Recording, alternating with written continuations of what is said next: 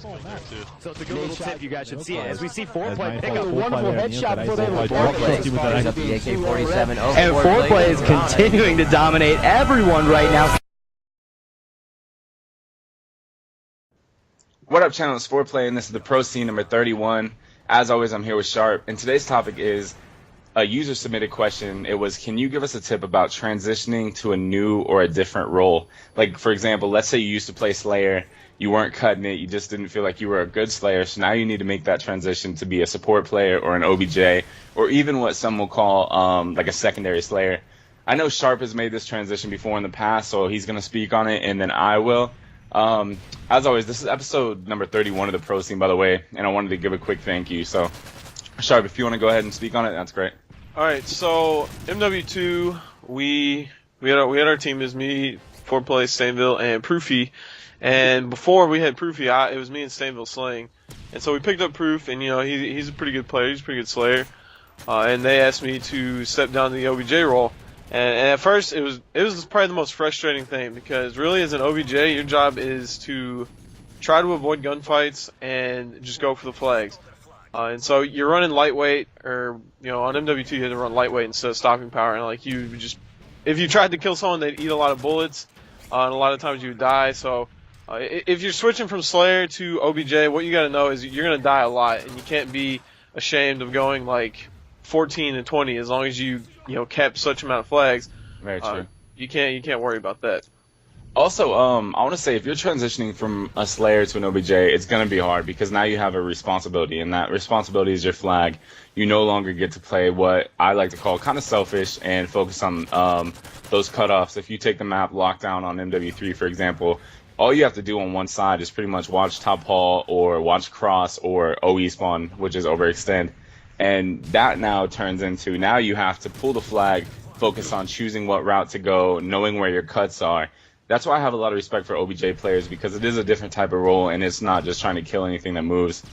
But also, a tip that I have is practice that role all the time if you're just switching. Try to do it in pickups. Pickups are like customs, where you can find those anywhere, whether it be via Twitter, game battles. Where else can you find it? You can find scrims practically anywhere. Mm-hmm. And you can even practice slaying in pubs, to be honest. Like, I know in pubs it's a little different, but don't go for any flags in pubs. Like, practice actually just posting up at the same spots that you would post up on like MLG maps, and try to focus on just getting those cutoffs as if it was like an MLG environment.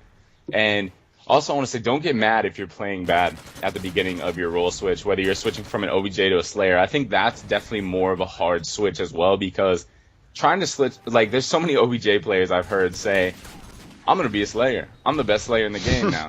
I don't know how many times I've heard people do that. I'm not going to name drop or anything, but there's people that say that because they think slaying is easy. And I think Slayers are just naturally gifted at long-range gunfights and stuff. Like, you have your Scumpy, Proofy, Stainville, J-Cat, just so many of those players that are just so overpowered in what they do.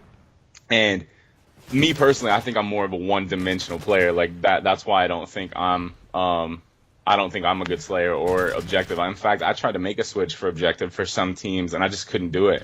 I think I'm only good at support player, and I think it's like an unconventional support where I can still focus on getting cutoffs, and then be there for the flag. And I think that's why it worked out with me and Sharp. Well, I think me and you are more well-rounded players. Like, we can get kills if we want, but we can also go for flags and do stuff like that.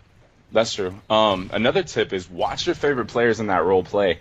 I know that now there's so much out there where you can watch your YouTube players' favorite, like you can watch Scumpy's videos if you're a Slayer, you can watch mine if you're a support player, you can watch Sharp's into whatever he's getting into, because he does play well-rounded. In fact, for your new team, are you going to play more of a Slayer role, right? Like a Slayer support, or? I honestly have no idea.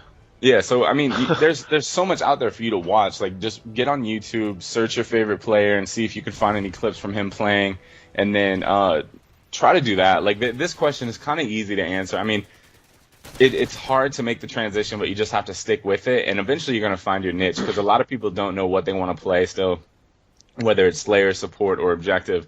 Find whatever you feel is easiest, and yeah, that's pretty much my whole tips on the whole thing. I want to end on what you were talking about, pickups. I think the best place to get used to the switch from Slayer to running objective is go play pickups, because no one in pickup scrims are jumping to run objective. So, especially everyone on the team is just trying to kill horse. So you're gonna be dying a lot, and you're gonna get used to it playing pickups. All right, guys. Well, as always, this is FoRePLayy and Sharp, a Team Envious, the Eagle Killer Nation, Mullet Nation, and the FoRePLayy gang, and we're out. Peace. Peace.